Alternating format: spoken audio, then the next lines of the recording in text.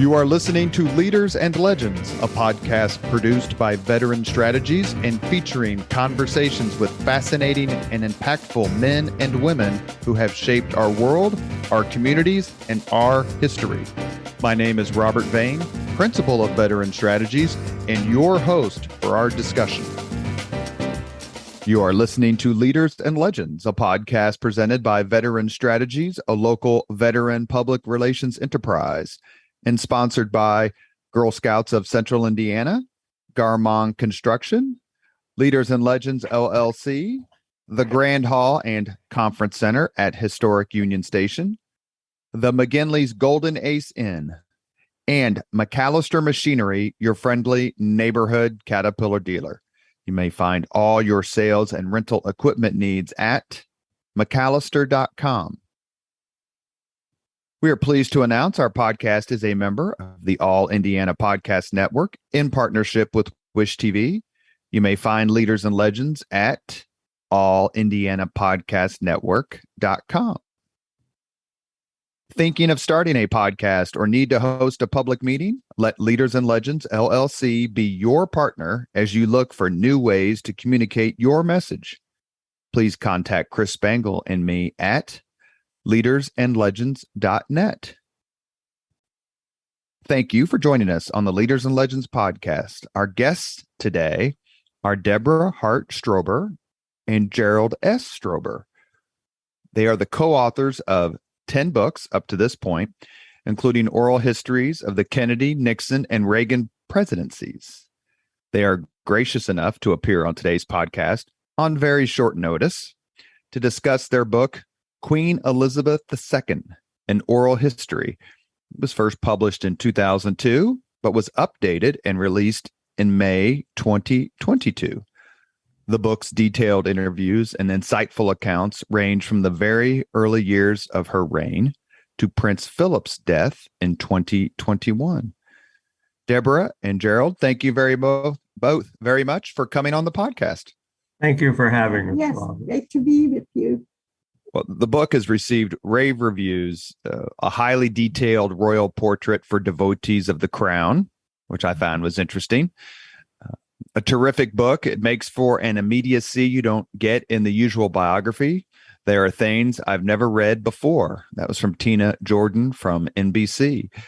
First, you've spent a good chunk of your lives obviously studying the Queen and writing these books, both the original version and the update.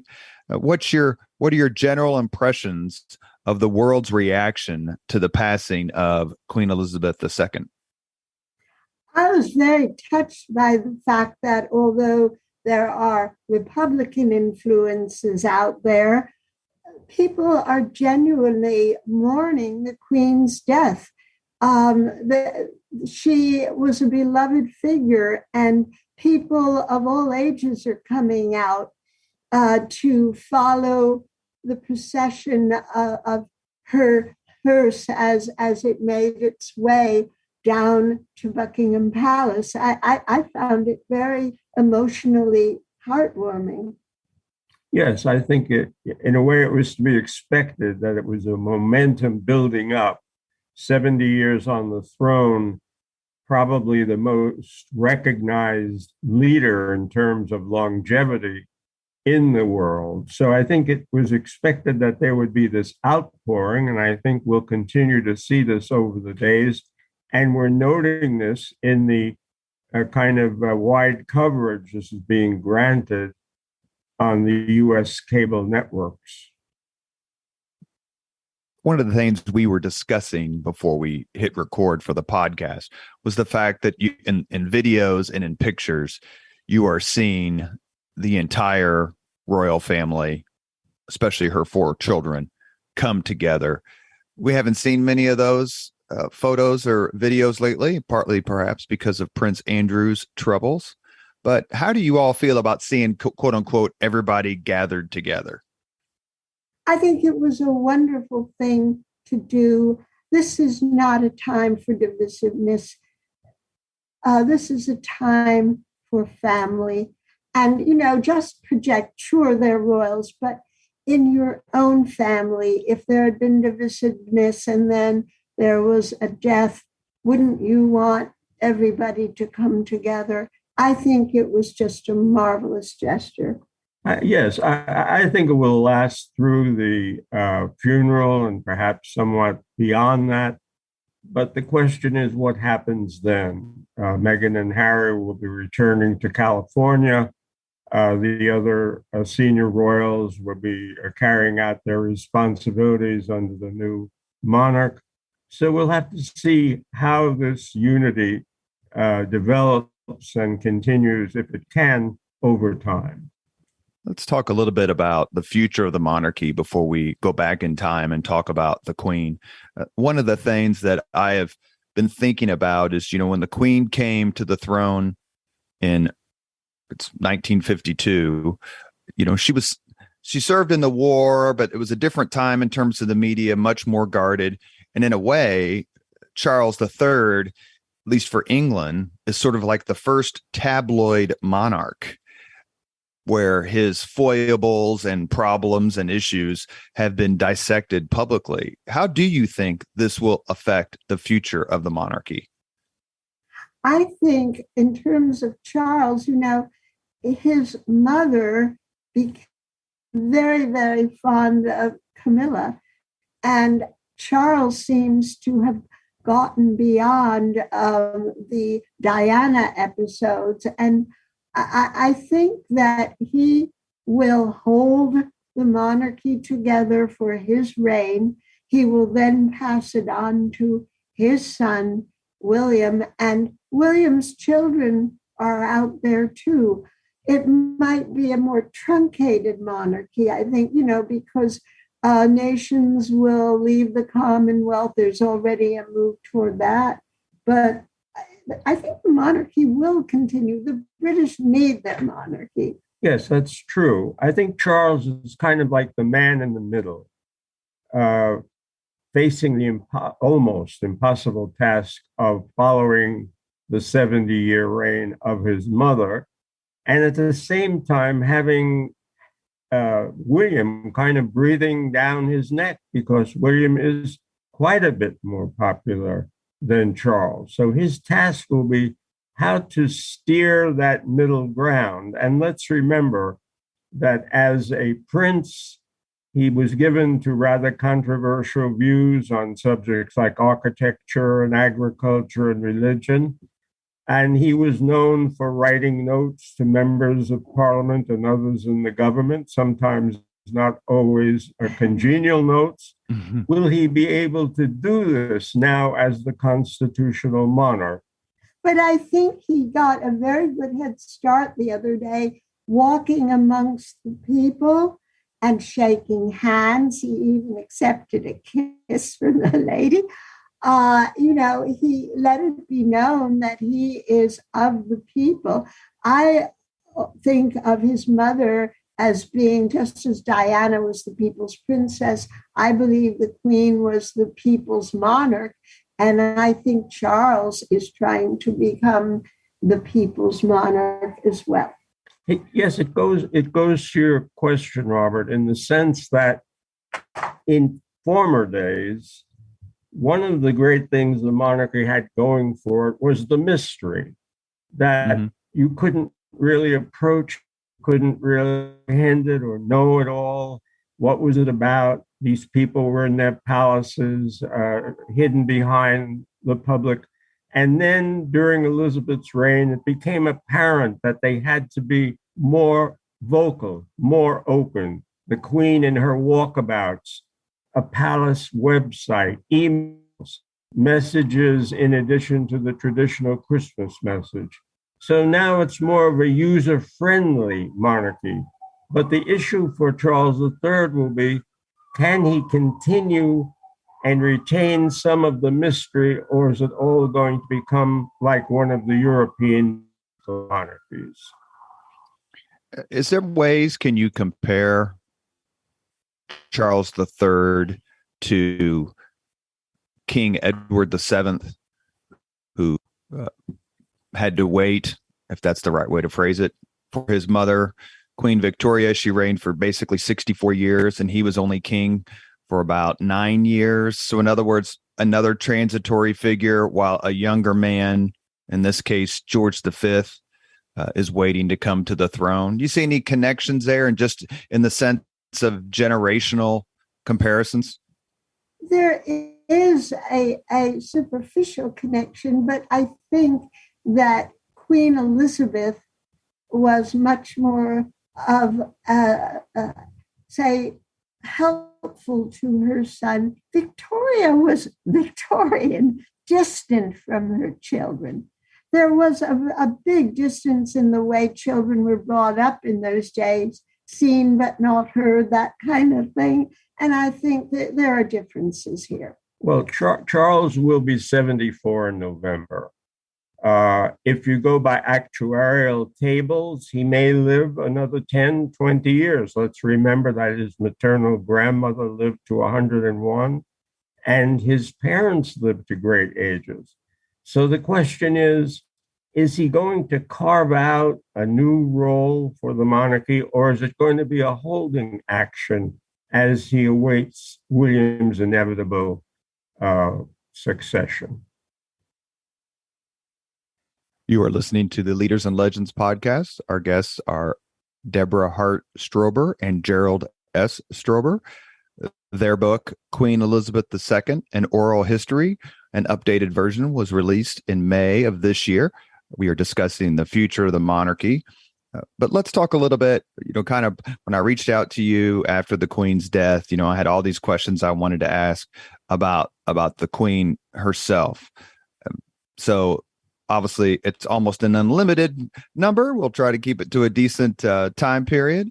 But the question that I had was interesting was her personality. So much of what's been written after her death involves her sense of humor and her good nature. In your book, in writing your book, in talking to all of her of associates and other people for the oral history, is that something that really stuck out, her sense of humor, or what other aspects of her personality did you find enticing? Her sense of humor, definitely. Her compassion. She really, there was one incident where somebody was having an audience with the Queen, reporting about some horrific thing that she had witnessed somewhere, and she suddenly choked up. And the Queen called for her beloved dogs to be brought in and let the lady who was having the audience play with her dogs. It calmed the lady. She knew that the lady needed to be calmed. And it's an interesting insight into the Queen, of her affection for her own dogs, that maybe in her moments of anguish, her dogs have played a similar role. That struck out to us. She was also quite an adept mimic. The Reverend Ian Paisley, the fiery Northern Ireland leader, told us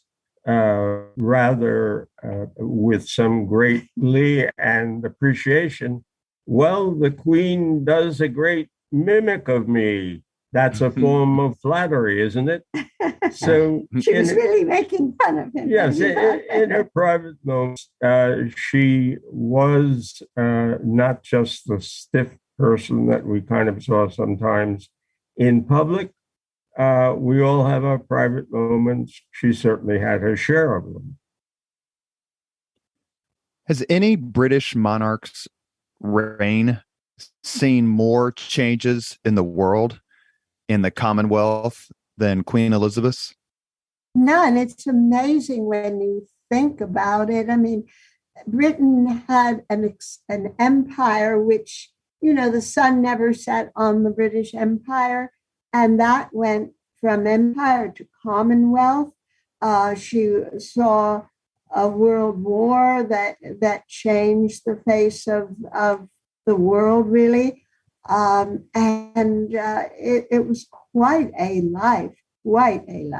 And I think also, following up what Deborah was saying, that during her reign, you saw the kind of diminishing of the United Kingdom. Remember at one time, the great world power, the great navy where the sun never set.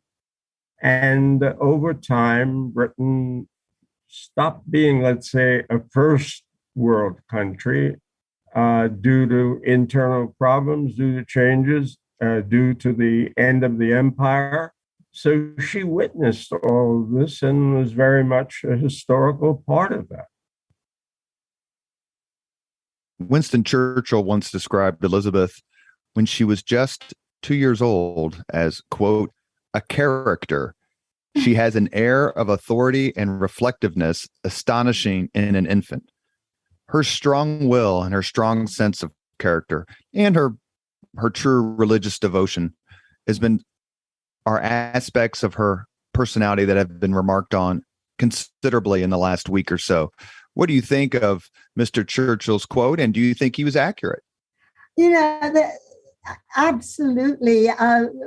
Somebody was showing videos of the Queen when she was 2 years old, pushing a little doll carriage, and she rammed it up against a wall.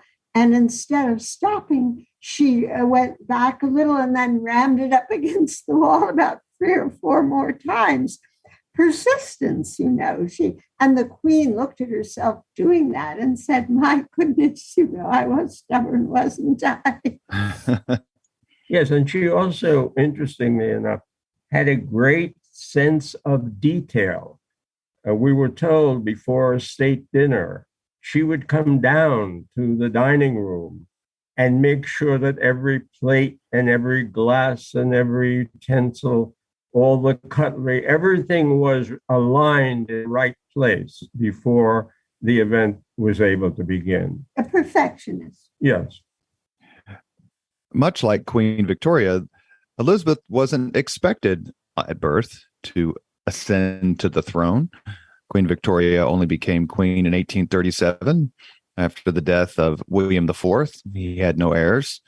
And much like that, Elizabeth became queen upon the death of her father, George VI, who only became king after the abdication of his brother, Edward VIII.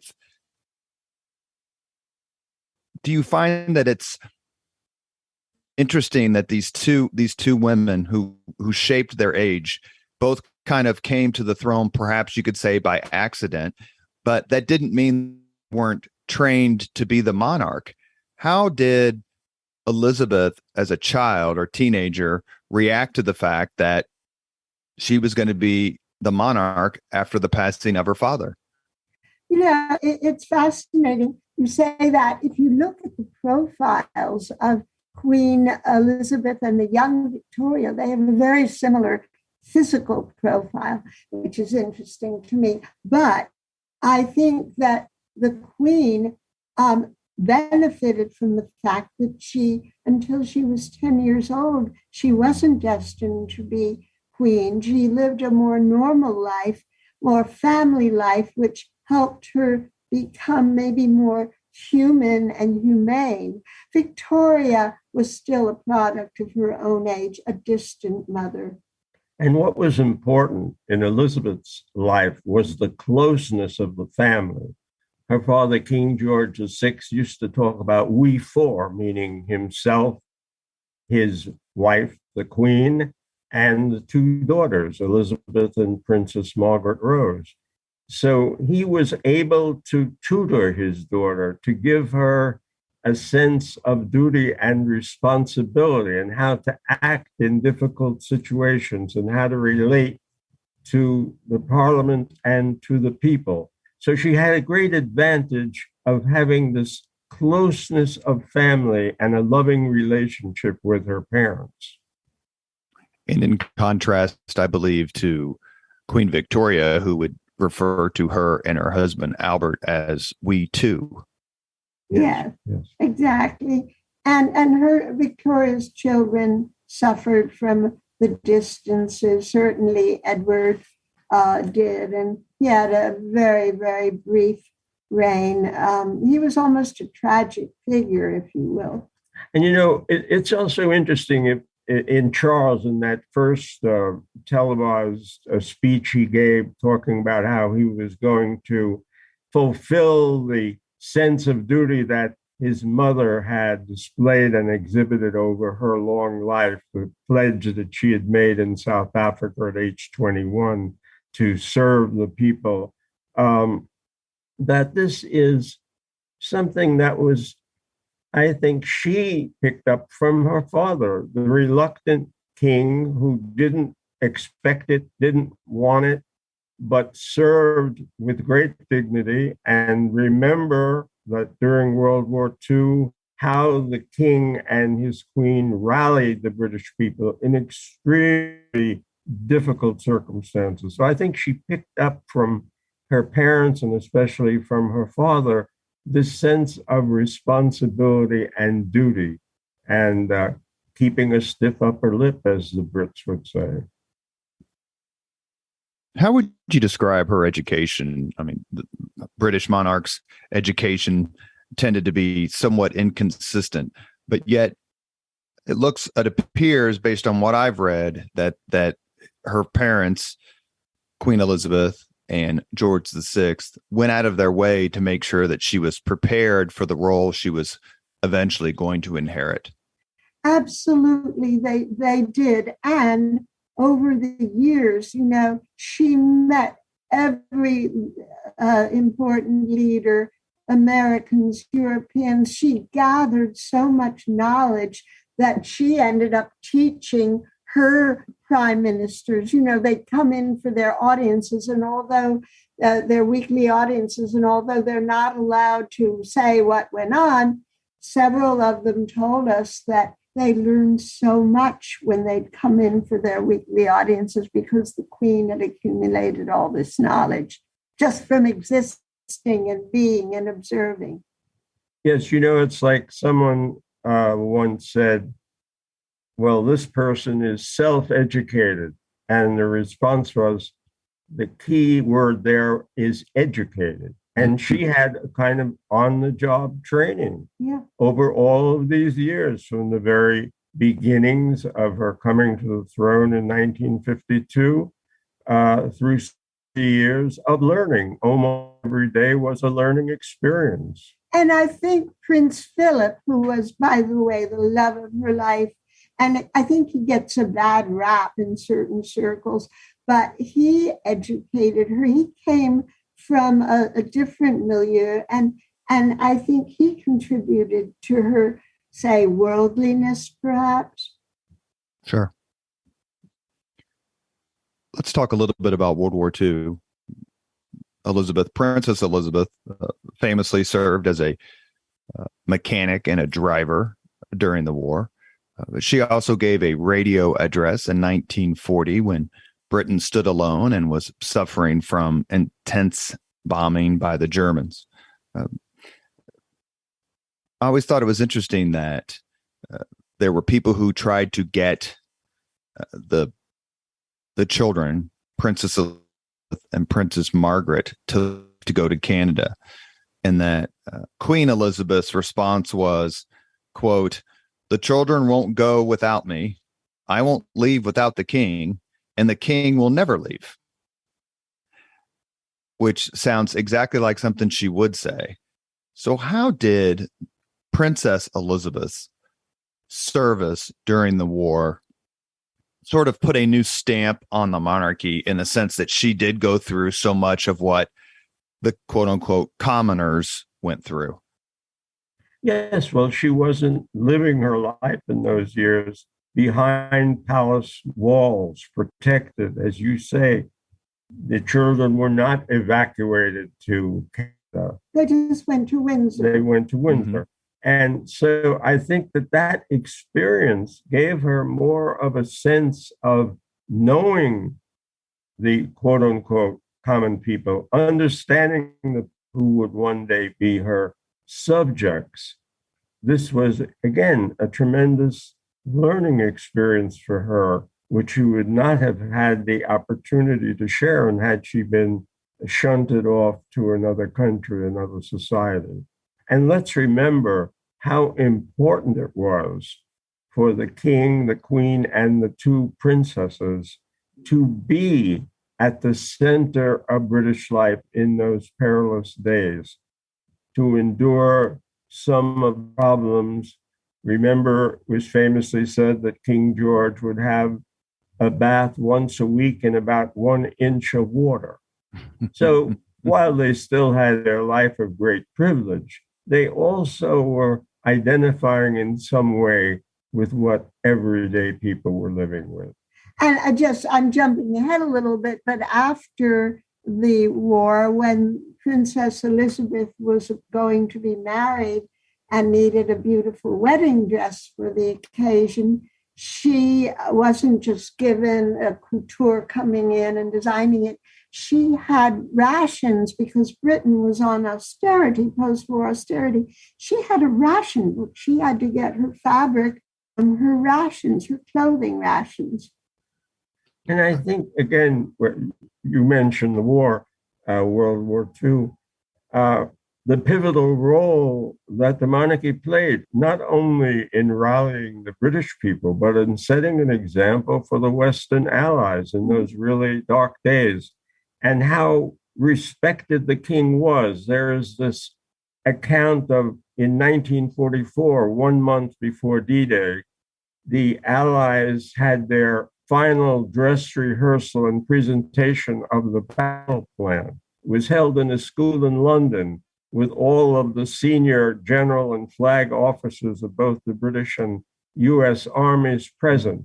And everyone was in the room, gathered in the room, Churchill at the front, and the doors opened and the king walked in. And suddenly the entire audience stood as one person. As heir to the throne for her father, George VI, why wasn't Princess Elizabeth made Princess of Wales? That is an interesting question. Really, we never covered that actually in our investigations.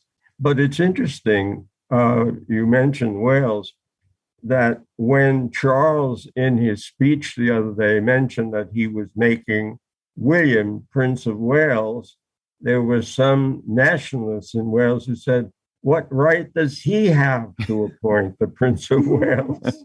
Did he mention Longshanks and say Edward I is the reason why I have the power to do so? In the sense that it leads me to another question, that is sort of the rigor and the relations and, to some perhaps the stultification of life because of the protocols of royal existence. How did Princess and then Queen Elizabeth perhaps broaden that to a certain degree?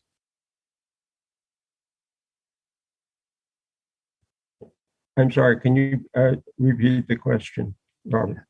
Sure. So much of when you read about royal families, whether it's England or Russia's or, the other dynasties and monarchs of the early 20th century and before, one of the things that comes through is how everything is so regimented and, we can't do that. And that's not part of the protocol.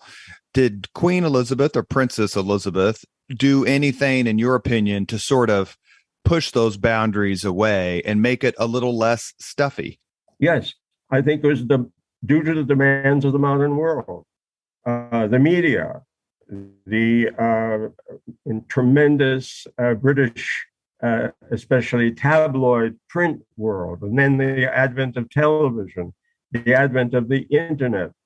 The monarchy had to change. It had to adjust. Fortunately, there was a sovereign who was able to adjust. It took time. It wasn't simple. It wasn't easy because, again, they had to maintain, if possible, some of the mystery.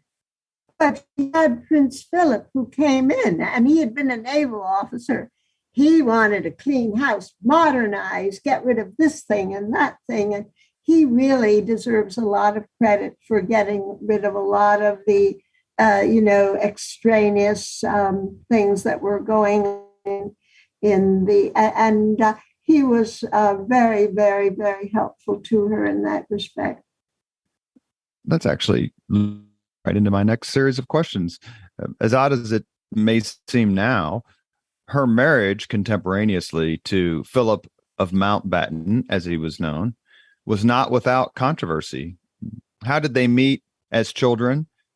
Please, if you can, describe the courtship and what were the controversies that attended their marriage? Well, they met when the Queen was 13 years old. For her, it was love at first sight. He was very dashing. He looked like a Greek god. He was a Greek prince. She wanted to marry him from that moment. And when she told her parents that she had picked her husband, they said, well, you're very young. No, you ought to think about it. And they were not overjoyed at first, but she persisted. And so she got her way. And yes, there were controversies. After about 7 years, Philip made this famous or infamous trip with his chief aide, Mike Parker. And they were away for quite some time. And the question was, what was Philip doing when he was freed from the shackles or the bounds of being in London with the Queen and the protocol and all of that entailed?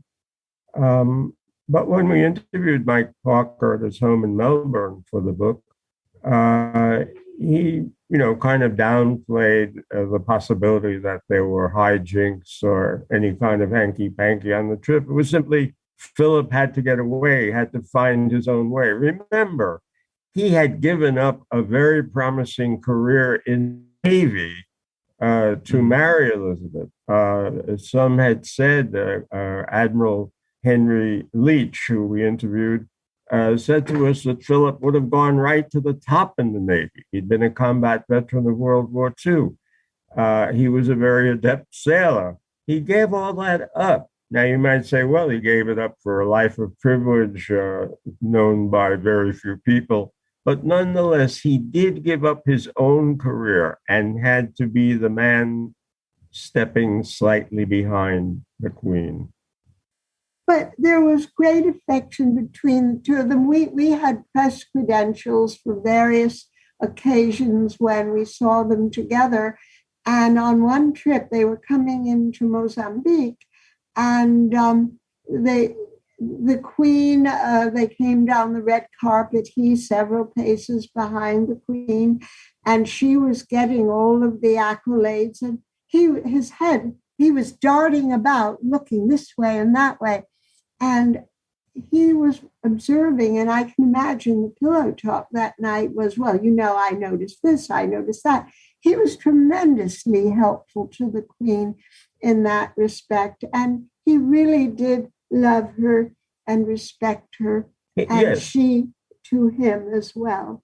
He was her eyes and ears, yes, and he was a very important part of her reign. They were a team in the sense. I mean, she had to be, of course, the front person, but he was very capable in terms of sizing situations up. And he had a particular knack of drawing people out. Let's say at a garden party where people were very reluctant to come up to the Queen. What do you say? How do you act? And he would sometimes ask a person a provocative question just to draw the person out, to make the person feel somewhat at ease in the presence of royalty. I have a story that I treasure from that trip to Mozambique. We were at the airport with the press corps to meet them, and Philip and the Queen got into the royal limousine. And we were being escorted by Geoffrey Crawford, who was a wonderful Manor Palace official. And the limousine was a bit far away. And Geoffrey said, all right, Deborah and Gerald, you can cross the road now. And so we started crossing the road. And suddenly the limousine, the royal limousine, was upon us, and a screeching of their brakes.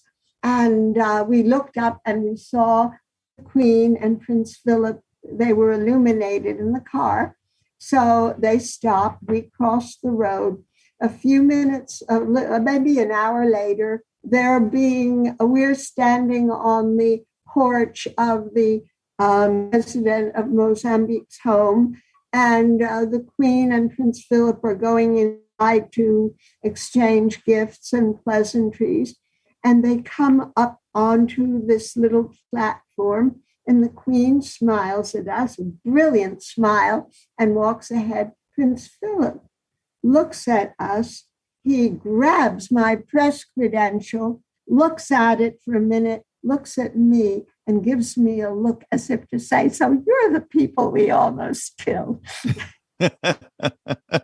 He was a mischief. He really was. You are listening to Leaders and Legends, a podcast presented by Veteran Strategies, a local veteran public relations enterprise, and sponsored by Girl Scouts of Central Indiana, Garmong Construction, Leaders and Legends, LLC, the Grand Hall and Conference Center at Historic Union Station, the McGinley's Golden Ace Inn, and McAllister Machinery, your friendly neighborhood Caterpillar dealer. Our guests today discussing the life of Her Majesty Queen Elizabeth II are Deborah Hart Strober and Gerald S. Strober. Their book, Queen Elizabeth II, An Oral History, was first published in 2002 and was updated just a few months ago and republished in May 2022 to, of course, terrific reviews. Tell us a little bit, please, about writing the book. I mean, whenever you want to approach someone and ask them to talk about somebody prominent, you know, the reactions and the willingness to talk freely can vary from person to person. What was it like to talk to these folks about the Queen? And did you enjoy your subject? Because one thing that I've learned from doing interviews is when people write biographies, they tend to get tired of their subject way before they finish their book. Oh, not us. Well, we were very fortunate. The palace was approached. We went to see, I believe her name was Penny Russell Smith, in the palace, the press person in the palace, and told her what we were doing. And we wanted to let them know that, you know, we were going to do it. And she said the Queen would be informed. She wouldn't tell people necessarily to talk to us, but she wouldn't tell people not to talk to us. So, in other words, the palace was not going to refuse access, like if, you know, somebody called and said, "Should I talk to these people?" So we were very, very lucky. And the palace helped us with Yes. securing some interviews. For example, a fascinating interview we had with the late Sir Michael Oswald, who was the head of the Queen's stables. And we met him on the Sandringham estate, and he took us to see the horses and also took us to the little hideaway cottage that Philip and Elizabeth used to go to, Wood Cottage, on the Sandringham estate. So we were fascinated by the subject. Now, we like to tackle large subjects. This was a great experience for us. We did have a bit of an issue at the beginning in convincing some people to speak on the record about a subject which, you know, was largely taboo in a sense, the Queen. But we were successful in getting many of the people, over 100 people, that we were able to interview. And to some degree, we were kind of a curiosity, as Deborah said earlier in the program. Americans running around in Two Americans in the Queen's court. We also had one other kind of funny situation.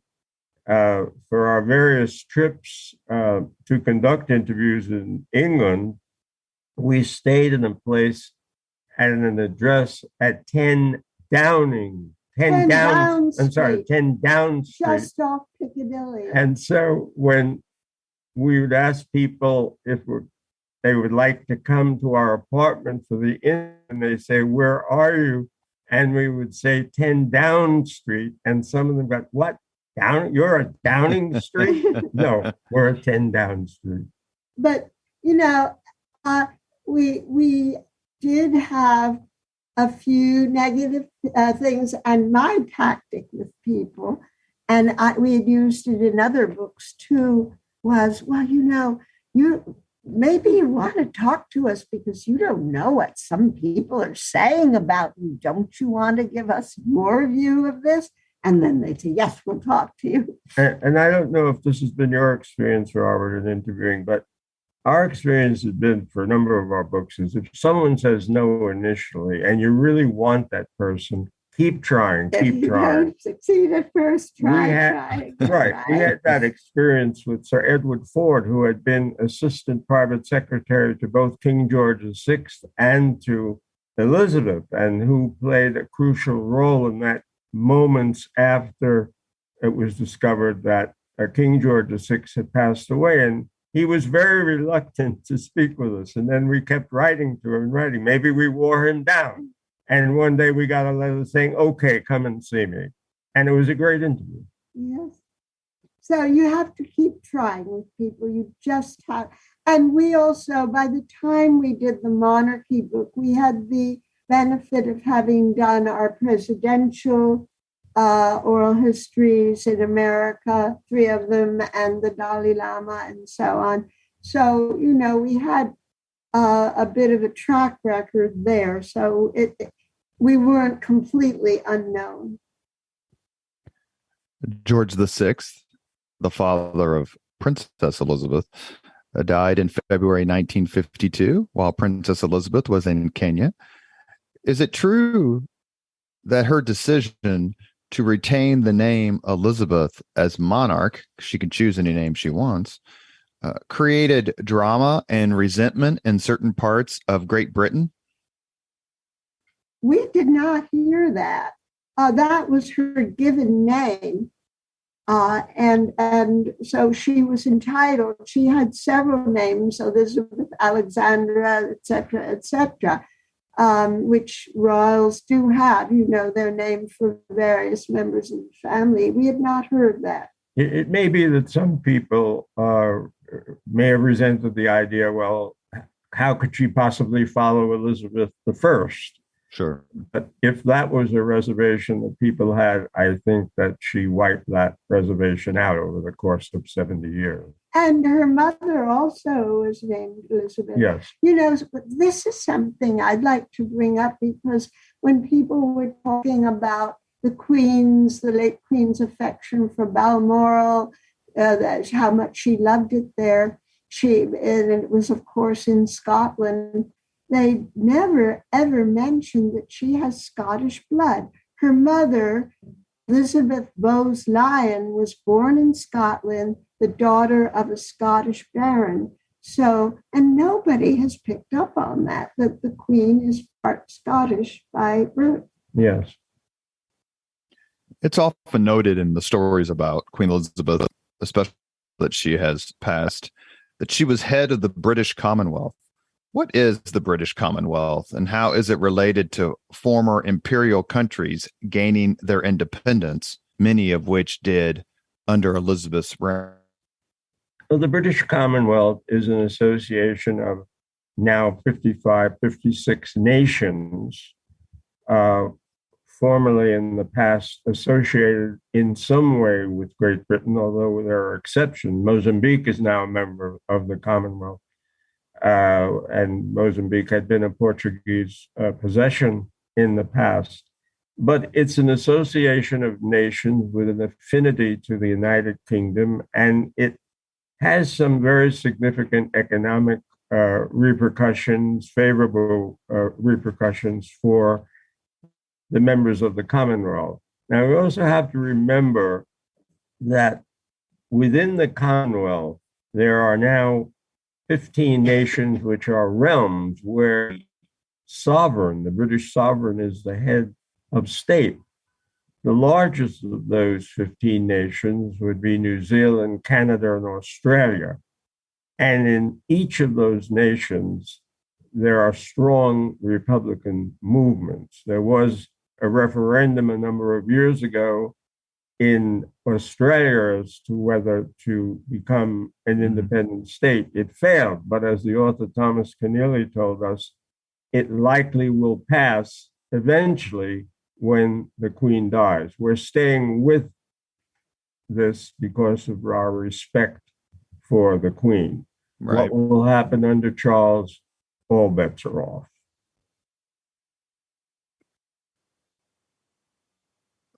A few minutes ago, when we first started talking, I mentioned Winston Churchill, and we kind of talked about prime ministers for a little bit. She had 15, if you count Harold Wilson twice, just like here in the States, we count Grover Cleveland twice as president. What were her relationships or interactions like with them? I mean, the British monarch has got a whole lot of it's the seat of all authority, yet they don't have a lot of power. And so there's a sense that the monarch has to be above politics.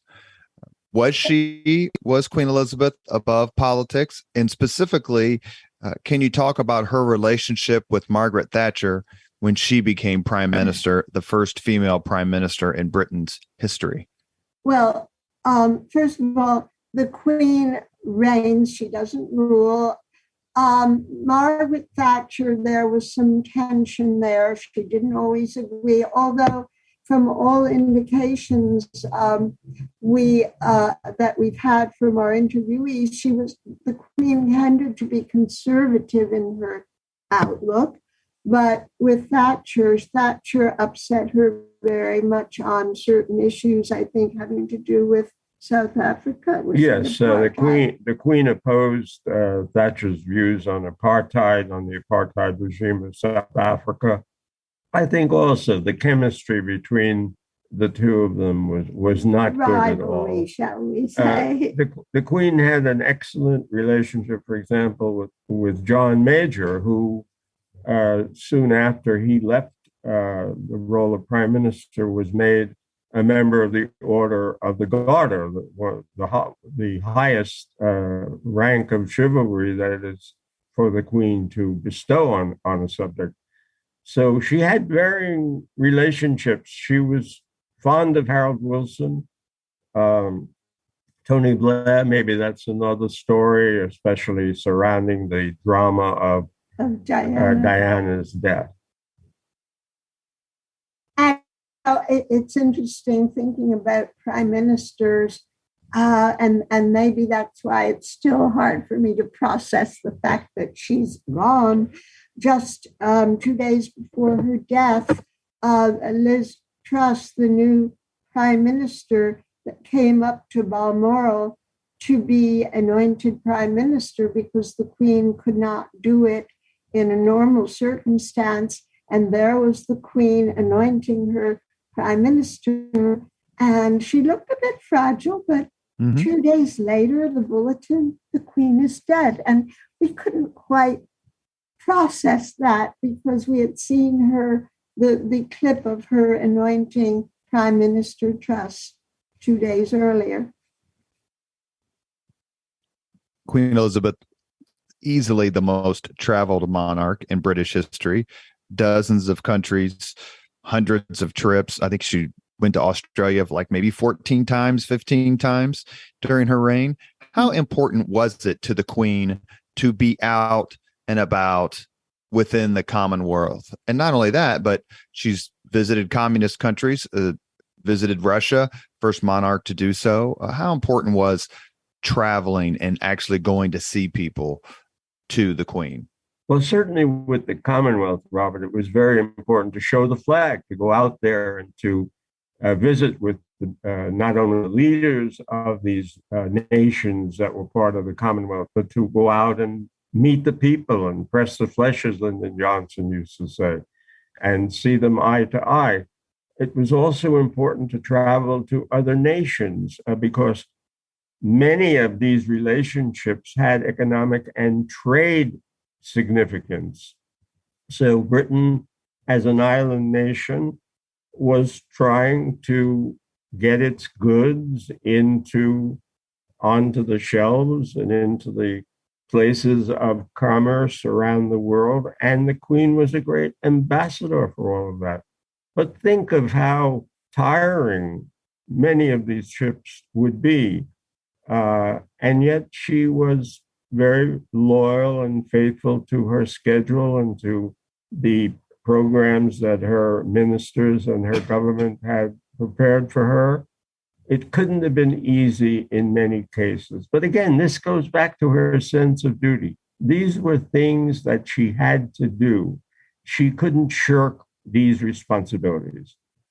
Of course, earlier on, when she had the Britannia and there was the Queen's fleet of aircraft, it was much easier to get around and to make these trips. Later on, there was no ship.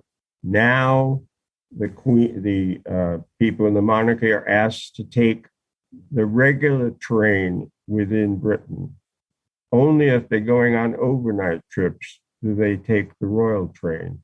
So there have been some economies and streamlinings, but in general, she was tireless in her efforts to communicate to the world. And the only way to do that was not from Buckingham Palace, really, but to be out there and meet the people.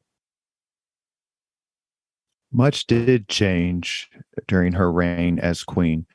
And that is one of the things that I want to mention, the scrutiny of the royal finances. It really seemed to intensify in the 1990s when I guess you could say perhaps the monarchy reached its nadir when it comes to public perception and public support. How did Queen Elizabeth weather that time period, that scrutiny, especially during 1992, which she famously described as annus horribilis?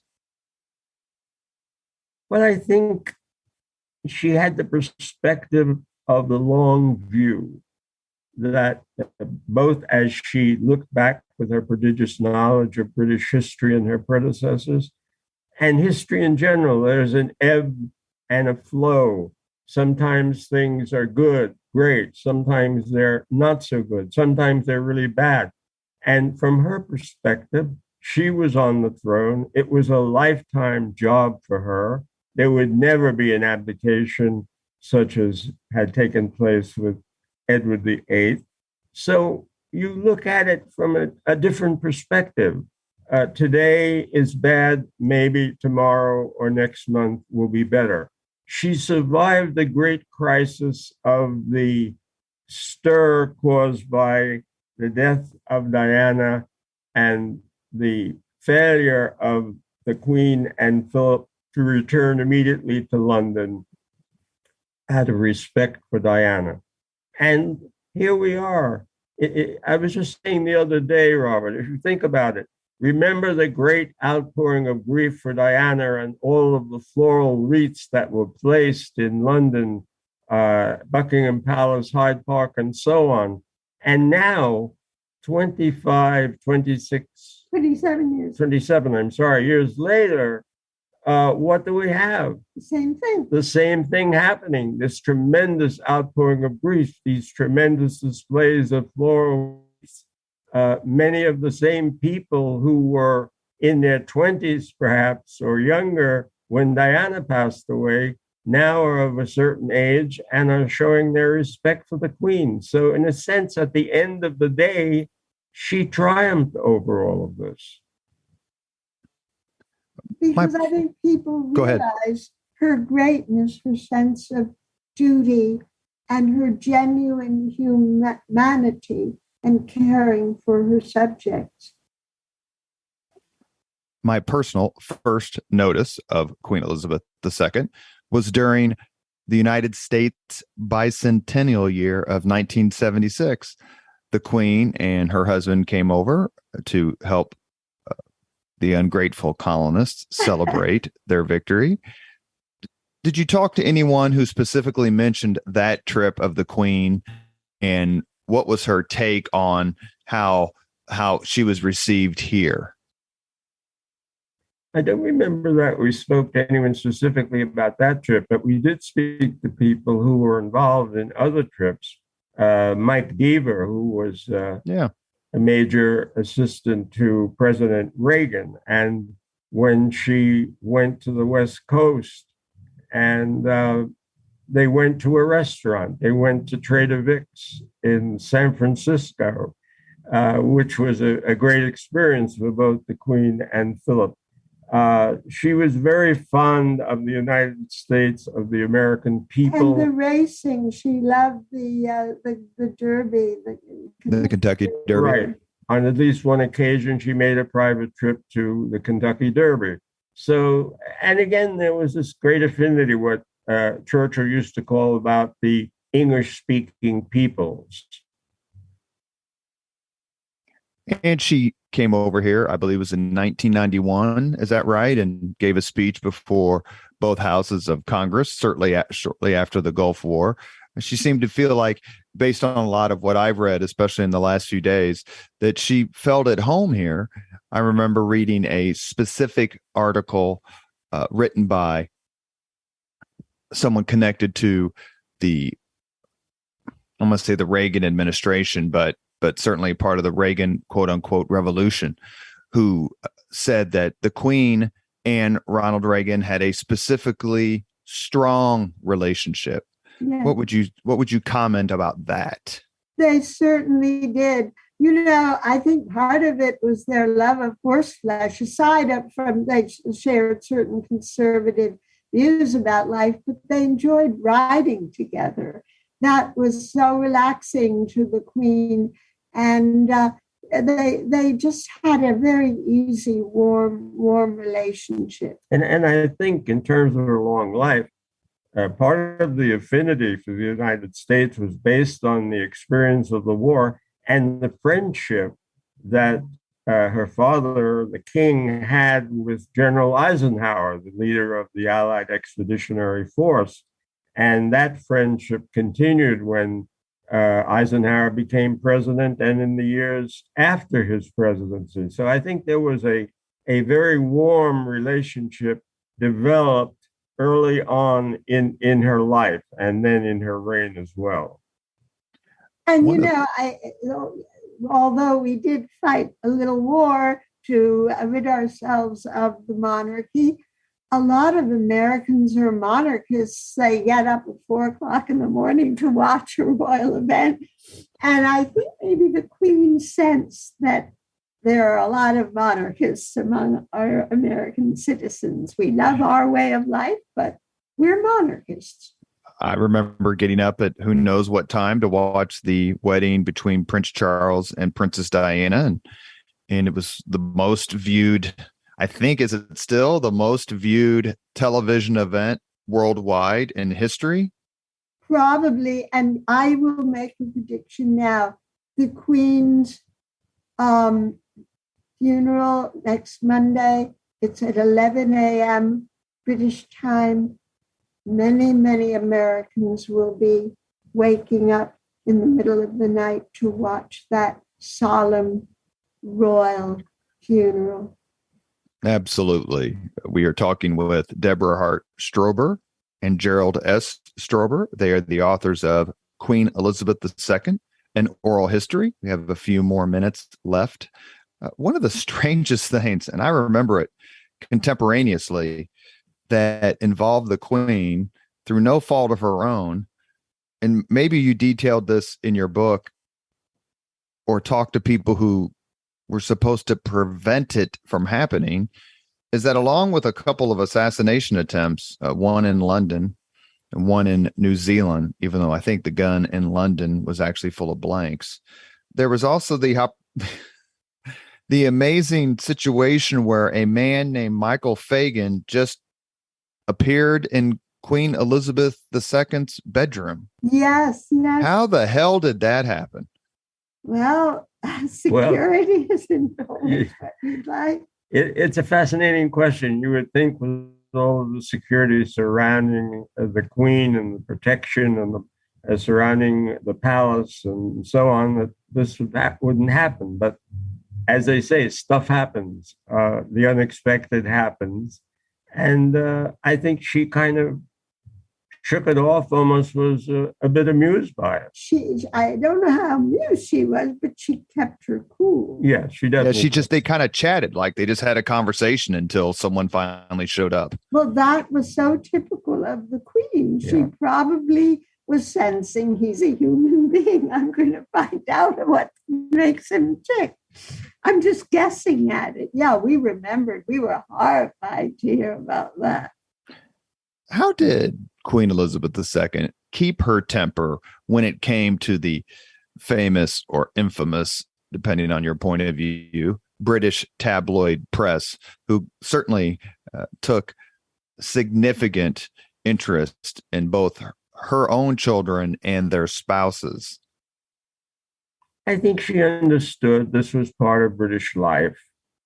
She understood that there was no way of stopping the tabloids from reporting on the foibles of the royal family, their problems. But again, I think the Queen took the long view of things. She was going to reign until the second that she passed on. She was probably going to have a long life based on the longevity of her mother. So, yes, the tabloids were an irritation. There may have been times when maybe they kept the newspapers from her in especially trying situations. But she was the Queen. I think in thinking about her, she very much knew who she was, and that while she did not have actual power, she had symbolic power, and she was adored by millions and millions of people throughout the world. So the tabloids could have their day, and the next day you could wrap your fish and chips in them. I'm currently reading a book. It's absolutely terrific. And I'm actually going to reach out to the author to see if he will come on the podcast. And the book is called The Crown in Crisis. It's by Alexander Larman. And it's about the abdication of Edward VIII.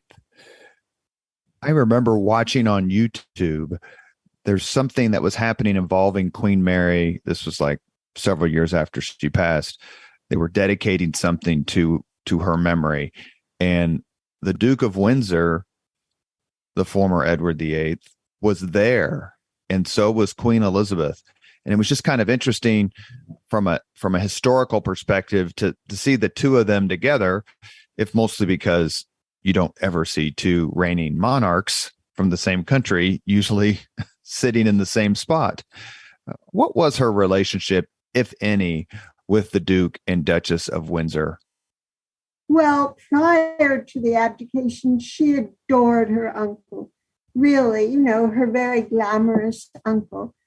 She, of course, had very negative feelings about the Duchess, as did her mother, Elizabeth, later the Queen Mother, who blamed the Duchess for her husband's early death.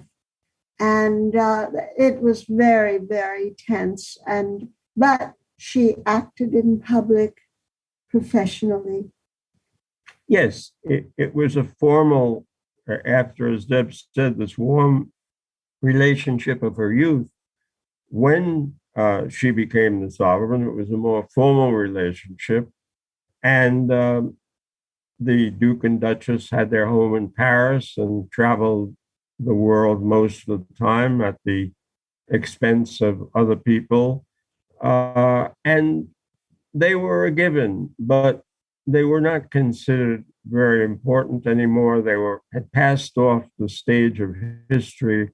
The Queen was reigning, and the Duke and Duchess were in a much reduced role. Almost pathetic in a way. Yes. And he was a traitor early on. He and the Duchess met with Hitler, and there was a plot afoot to, if Britain were conquered, that they would arrest King George and replace Edward on the throne. So, he was not a nice person. Yes, the terrible picture, I think that's the best way of saying it, of the Duke and Duchess of Windsor shaking hands with Hitler in 1937 is probably one that they could never have lived down. We were talking a few minutes ago about the tabloid press, and in many ways, the first sort of royal concentration when it came to the press was Elizabeth's sister, Princess Margaret. They had a complicated relationship, for sure. But how do you describe their relationship in your book? Well, I think they were very close. They were very close. And unfortunately, Margaret created or precipitated a crisis for the Queen and the government to have to deal with. And they got through this also, although there were recriminations on all sides. But Princess Margaret realized that while she was in love, presumably with Captain Townsend, to marry him, she would have to give up her status as a princess. And she was weighing one against the other and ultimately decided she would not give up that role. But I think their relationship was one. They were sisters. They loved one another. Yes. And Margaret Rose looked up to Elizabeth. Very much so. Yeah. Is the one word you would want? I mean, there's several words, right? But one word you would use to describe the British monarchy is resilient, because one of the things that's coming through in this interview is how the monarchy or the monarch encounters difficulties and problems, but yet they're able to overcome them. What makes the British monarchy so resilient? I think tradition, longevity. It is the oldest monarchy in Europe that we know of. It's weathered. The removal of a king, Charles I was executed, and then you had Cromwell, but then you had the Restoration. And since that moment, there has just been, it's here to stay. There's never going to be another royal execution or another Cromwell. It's there to stay, no matter what. Yes, and I think part of it is the determination of the monarch not to be the last one, not to preside over the dissolution of the establishment, this historical institution. So I think you're constantly on your guard to protect and to do everything you can to preserve the institution of the monarchy. And there, I think you also helped by the people. A number of people have said to us over the years, okay, there's a Republican movement in Britain. They want to get rid of the monarchy. What do we replace it with? Can you see Britain with a president? No, and Buckingham Palace is a hotel. Look, I think of, in terms of Charles, okay, Charles I executed, Charles II restoration, Charles III moving on and modernizing the monarchy, the three Charleses in British history. How did Elizabeth cope with the death of Prince Philip in 2021? They were married for 73 years, and there's that poignant picture of her sitting by herself with her mask on. Yeah.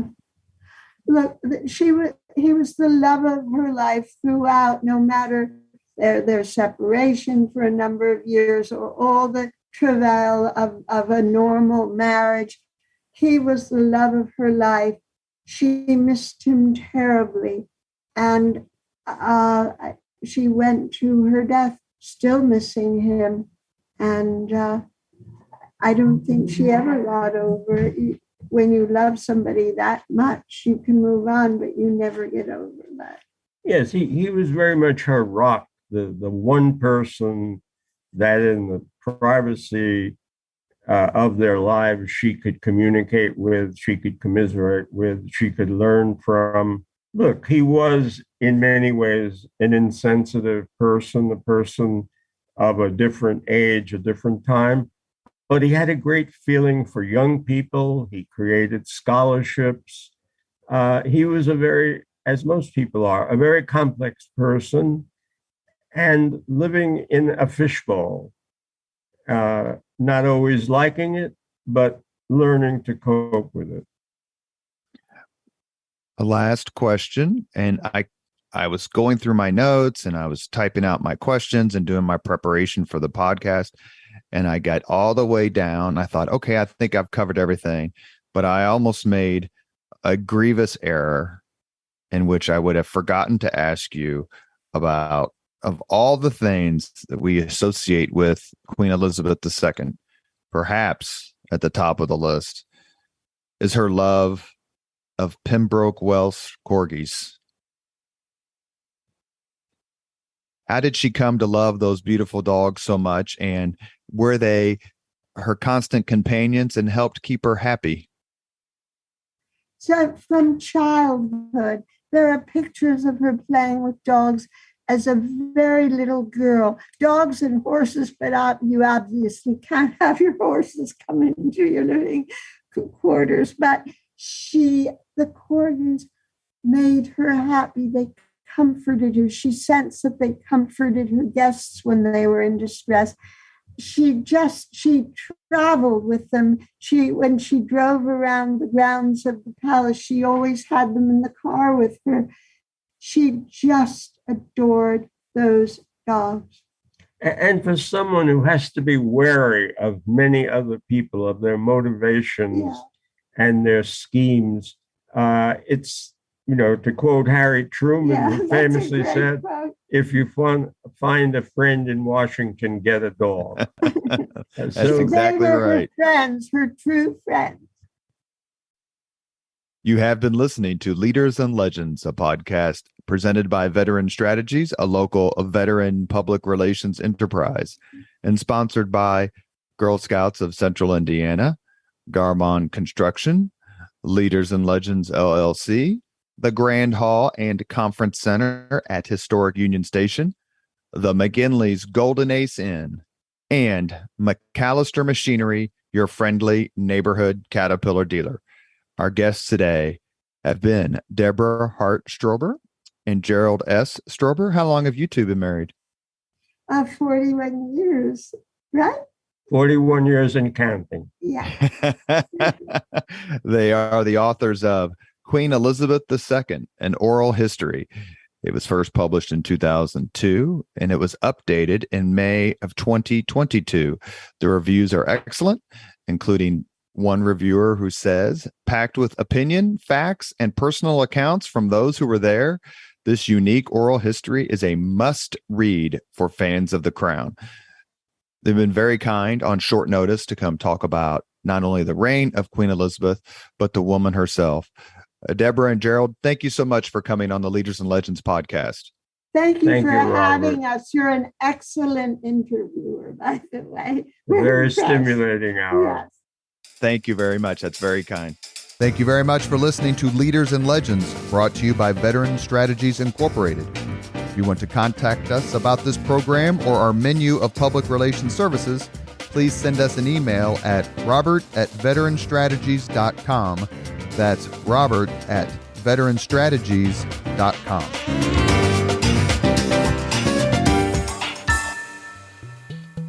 This podcast was produced and edited by Chris Spangle and Leaders and Legends LLC. If you're interested in starting a podcast or taking yours to the next level, please contact us at leadersandlegends.net.